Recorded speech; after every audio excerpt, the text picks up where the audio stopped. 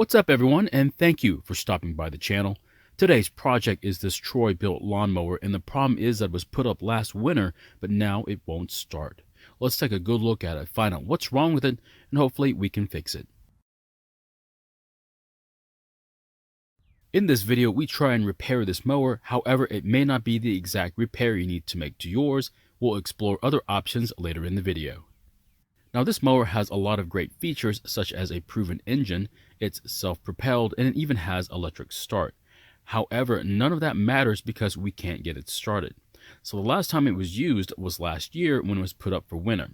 Now it's spring and of course it won't start.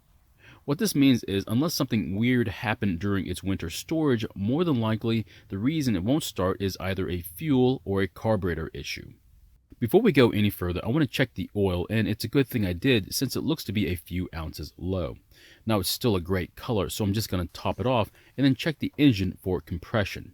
The easiest way is to slowly pull on the rope and feel for the engine to fight back.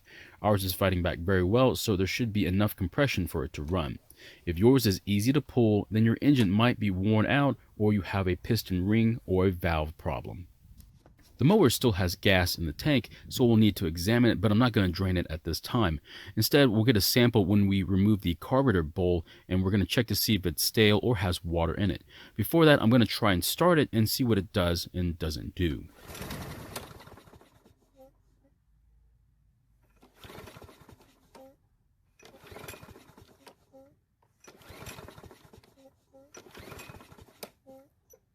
It almost started for a second there, so I know it has spark, so it must not be getting enough gas. So at this point we need to get to the carburetor. Remove the filter cover and the filter, and then remove the filter base. Now the filter is dirty, but it's not enough to keep the engine from starting. Just knock it on the table a few times to remove a lot of the dirt. If needed, I'll replace it later on once the mower is running. The next thing we need to check is if the automatic choke flap is open or closed. It's supposed to be closed to choke the carburetor, and luckily ours is working like it's supposed to. Now if yours is open, there might be a problem with the return spring on the carburetor.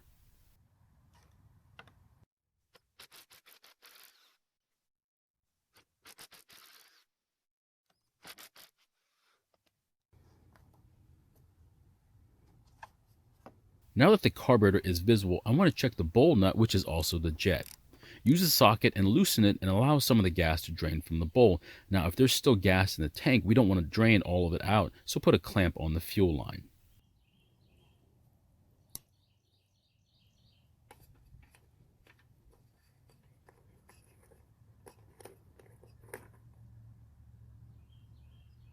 So here's the bowl nut and jet. There's a hole that goes all the way through it, but it's not the one that usually gets clogged. The small hole at the top of the bolt is the culprit here, and it's hard to tell if it's clogged, so use a small wire and put it through the top hole until you can see it through the larger side holes. You can use some carburetor cleaner as well, but it's not necessary. Since the bowl is loose, I'm going to remove it and look at the gas for any dirt or water. Now luckily there's no water, which is a good thing, but there is some debris at the bottom.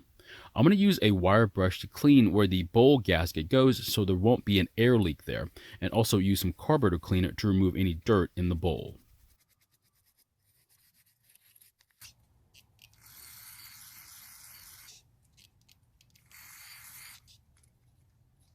Next, I want to look at some of the fuel from the tank.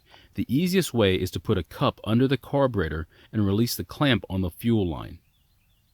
So here's some of the gas, and there's no water in it, and it smells like gas should, so it should be okay to use. There's some debris at the bottom, but that could be from the dirt from around the carburetor. So here's the bowl gasket, and there's some crusty deposits on it, which might cause an air leak. I don't want to use a wire brush or carb cleaner on it as it might dry it up and break it. Instead, I'll just try scrubbing on it lightly with my fingers. After a minute of scrubbing, it looks a whole lot better, but before we put it back on the carb, we need to look where the gasket goes. It too has crusty deposits on it, so I'm going to try and scrape it off the carburetor as well. Now if you happen to break the bowl gasket or it has large cracks in it, you should probably consider replacing it. You can order it from any online retailer, just search for bowl gasket and the make and model of your mower. Now that it's all clean, I'll put the carburetor back together. When reinstalling the bowl gasket, make sure that it seats properly around the carburetor, otherwise you'll have an air leak and the carb won't work like it's supposed to. Also, don't over tighten the bowl nut, otherwise you'll break it. After the carburetor is back on the engine, release the clamp on the fuel line, reinstall the filter base, the filter, and its cover, then I'll try starting it. Another reason why your mower may not be starting is ethanol gas. It doesn't store very well, which is one reason why you shouldn't use it in small engines. Now, if you do use it, you probably want to run the equipment dry after every use.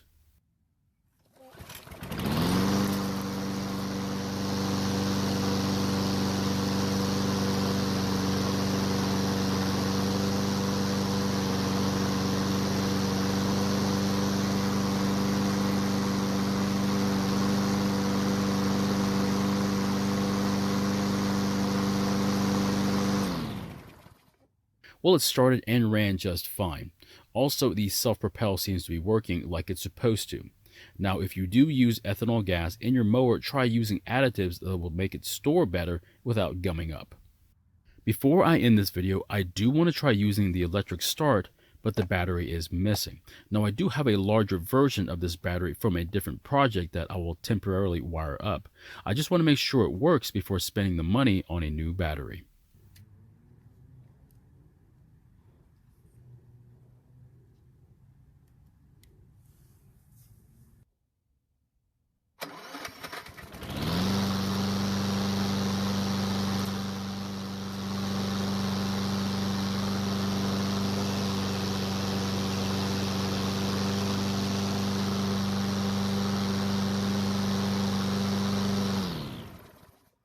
So my question is, do you use ethanol gas in your equipment? And if so, do you have any problems like this mower?